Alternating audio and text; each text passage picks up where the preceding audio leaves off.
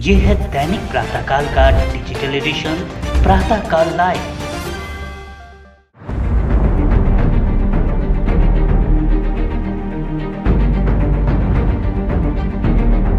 Sonali Phogat murder के इस मामले में नया एंगल सामने आया है।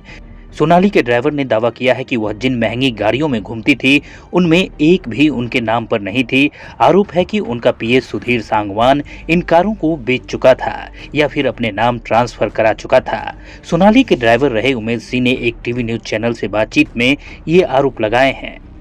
उसने यहां तक दावा किया है कि सोनाली के पास बेटी की स्कूल फीस भरने के भी पैसे नहीं थे। मीडिया रिपोर्ट्स के अनुसार सोनाली के पास 4 गाड़ियां थी, लेकिन फिलहाल इनमें से किसी का अता पता नहीं है।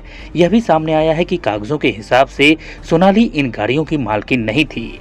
उनकी एक कार सुधीर सांगवान के नाम पर थी, जबकि 3 अन्य का मालिक कोई और था। ड्राइवर के मुताबिक उसने सोनाली के स्कॉर्पियो स्काडा गाड़ी चलाई थी। सुधीर ने उमेश सिंह को बताया कि एक मर्सिडीज कार भी थी जिसका एक्सीडेंट हो गया है और वह दिल्ली की किसी एजेंसी पर खड़ी है।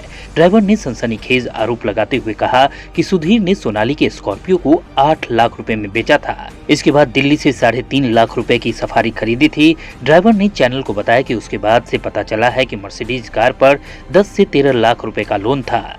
अक्सर फाइनेंस कंपनी की कॉल आती थी, इसलिए सुधीर ने वह कार छिपा दी थी।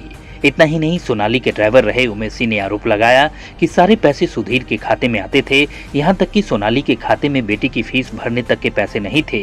ड्राइवर ने कहा कि एक दिन वह गाड़ी चला रही थी, तब सोनाली के पास स्कूल से फोन आया। स्कूल वालों ने कहा कि आपका चेक बाउंस हो गया है।